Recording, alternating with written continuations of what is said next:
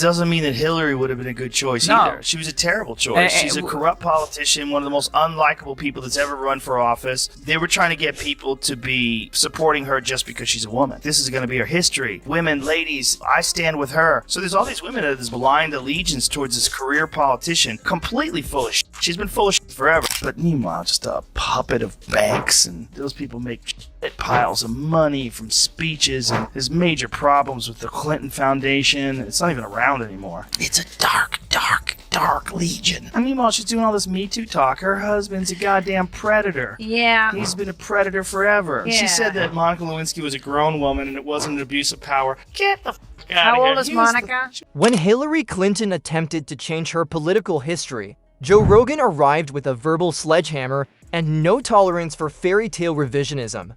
Rogan did not simply call her out, from her email drama to her enchanted tour of blame shifting. He burned the entire circus. It's a demolition rather than a roast. This takedown is as incisive, brutal, and unrelentingly humorous as a hot mic on live television. Hillary wants to be praised. What she received was heat and facts from Rogan. And he's actually still kind of good looking. Like, even for an older dude. Yeah, why not? He's still so good looking and she's just so miserable. She was publicly humiliated and she thought that her big retribution would become president. I'm running for president and I'm in it to win it. Become president. Sure. And then that would be it. All water under the bridge. I'm a strong woman. I'm running this country and in America. Despite all the political problems, Hillary Clinton still manages to stroll the red carpet with her heels high, her smile fixed, and a trail of deleted emails trailing behind her like confetti. She's not only roasted by Joe Rogan, using the sharpest implements in the shed, he mocks her entire political life. Furthermore, it's not a precise task, with the same main actress who consistently forgets her lines, but still gets a standing ovation. It's a complete dismantling of decades worth of political theater.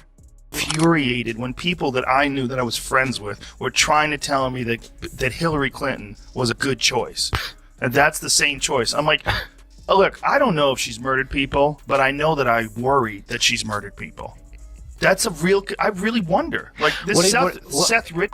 I know first of all, just leave. You don't even need to go there. You know, there's so many other things. There's so many other things that we know for a fact. The Clinton Foundation, for instance. So, please hit the bell symbol and subscribe to the channel you like this video. Rogan jumps right in, pointing out that Hillary has a knack for reinvention and has changed her brand more than a software firm with no clients. She can be a champion for women's rights one moment and then take money from governments that view women's rights as an urban myth. She is a feminist icon and a foreign policy vacillator all at once. For some reason, Hillary's LinkedIn profile would score well if hypocrisy had a page, with endorsements from Perplexity and Irony. She really did say that. Yeah, she really did say that after she just got done Gaddafi and then laughed about it. We came, we saw, he died. We came, we saw, he died. The fact that any human being would ever do that. By the way he died, that's some dark. The uncomfortable reality that Hillary's political career has been nothing more than a protracted audition for a part that the electorate never desired is something Joe doesn't hold back from pointing out.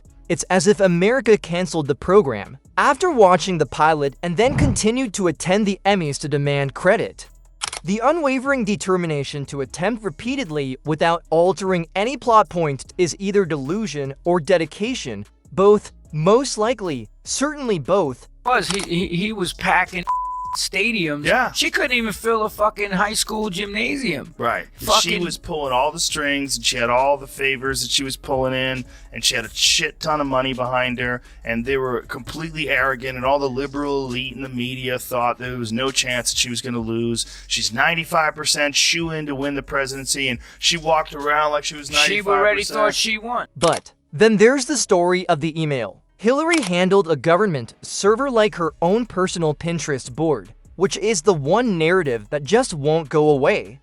It writes itself, and Rogan dives right in like a stand-up routine. For convenience's sake, she set up a private email server, but the result was a digital monument to bad judgment. Her email setup continues to make a Nigerian prince envious. Despite everything, she portrayed herself as the victim, as if she were the lead in the off-Broadway melodrama Accountability is Sexist.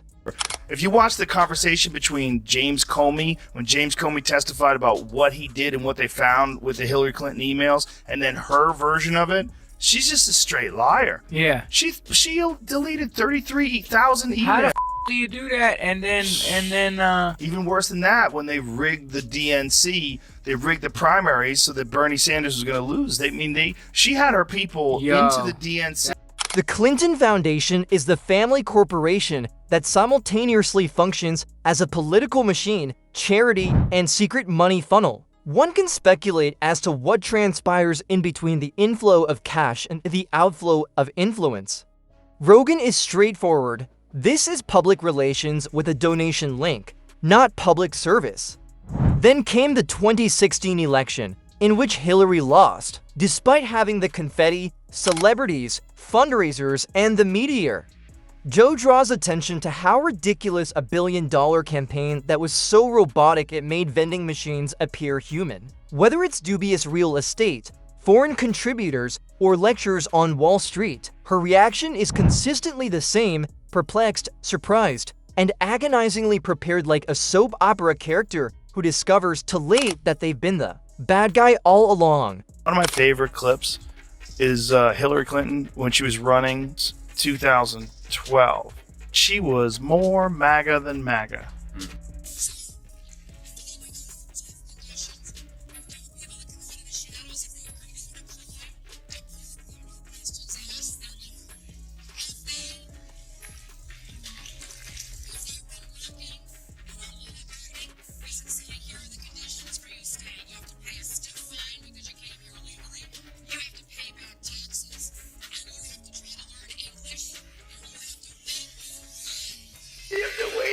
That's so mad. Joe Rogan doesn't overlook Benghazi, the foreign policy catastrophe that revealed shortcomings in accountability and leadership. He highlights how Hillary's State Department shifted blame by using a strategy of denial, divert, and distraction in order to mislead the public. The hearings exposed a high-level culture of avoidance, making them more than just political theater.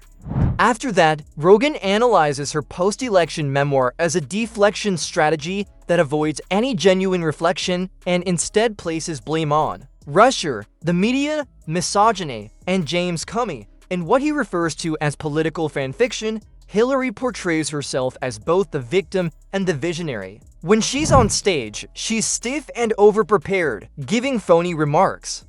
Rogan believes that there is a deeper gulf between Hillary and the voters she seems to understand, in addition to poor optics. I was getting shot at. It's like, I can't imagine, I was just talking about lack of empathy, I can't imagine being in a situation where I'm on television and I'm saying things that are so removed from the truth. Right. Like, I can't wrap my head around that. Well, Hillary did the same thing. Well, she's a congenital liar, as she was referred to by the New York Times back in the day. But, and rightly so, but people forget this. She did talk about a firefight that she was involved in. I was under sniper fire, and the worst thing about that people didn't give a shit about, she said when she was in Bosnia, she was under sniper fire. It's like, wait a minute, you're throwing the Secret Service under the bus. Because what kind of...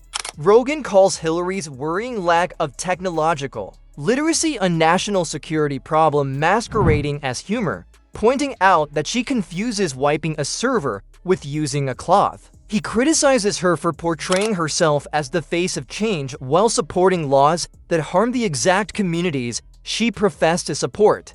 There are several inconsistencies in her record, ranging from social reform to the 1990 for crime law. Rogan explains how her public identity faithful wife, feisty independent, strategist changes depending on the situation. He contends that the Clintons were a spin-driven political brand rather than merely a couple. Without flinching, Hillary claims both leadership and victimhood in the same sentence, using every setback as evidence of her genius. And she just basically did a double talk around that, but she's got a lot of whoppers in her name. She said she was named after Edmund Hillary, even though he climbed Mount Everest after she was born. So she's I mean, amazing. I love that woman. I love her so much. She's the funniest person on earth. She's a scary lady. She's like a slinky. She's always falling down the stairs. Ah! Yeah, she's the human slinky. How dare you? Yeah. It's an odd duck. It's one of those things where women want a woman to be president so bad. They want one for the team so bad. And then there's so many people from the left that think she has the best. Next is Hillary's social media persona, which is more awkward than that of a personable leader. In slow motion, Rogan parodies her tweets, pointing out forced hashtags, out-of-date memes, and pathetic attempts at cultural relevancy. She makes an effort to sound woke, but in the end, she sounds like a PTA newsletter. Joe emphasizes her unrelenting urge to maintain her fame more than anything else. Whether invited or not, she appears in every political event like an unavoidable advertisement, constantly positioning herself as the solution to issues that she caused. No matter if it's 2024 or the end of the world, Hillary finds the camera, strikes a rehearsed posture, and tells everyone that she warned us. Rogan leaves no room for doubt. The story of emails, spin, and self-importance isn't finished yet. It's just waiting for its next move. One of the things I always point out, like, people want to talk progressive. You want to talk, being left-wing, and she didn't even believe in gay marriage until 2013. The best part was she was on NPR, which is this far right fringe organization, right? NPR, Terry Gross. And Terry Gross says, you used to be against gay marriage. Your husband passed DOMA, which made it a federal law that gay marriage won't be recognized by the federal government. And you changed your position. Like, how did that happen? Was it because Americans became... And Hillary's like, well, America changed their point of view. She goes, no, I understand Americans changed their point of view. What was your mental process? And she goes, no, Terry, you're saying that I changed my mind for political purposes, and that's not true. And she starts yelling at her, and it's like, holy shit, you're on NPR and you think they're too right-wing for you because they're calling you out on your bullshit, you fucking... As if Hillary's story couldn't be any more ridiculous, the post-2016 reinvention tour, a continuous political cosplay masterclass, comes along.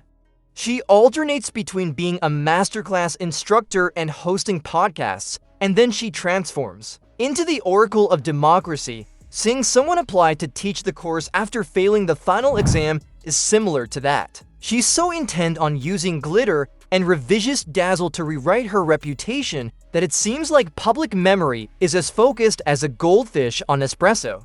It took Joe Rogan no extra effort to cut through the illusion. He saw that circus coming from a distance, even as Hillary attempted to reinvent herself as the comeback queen. Not to mention the incredible boldness of positioning herself as the last line of defense against oppression after losing to a man who swore like a sitcom uncle at Thanksgiving dinner.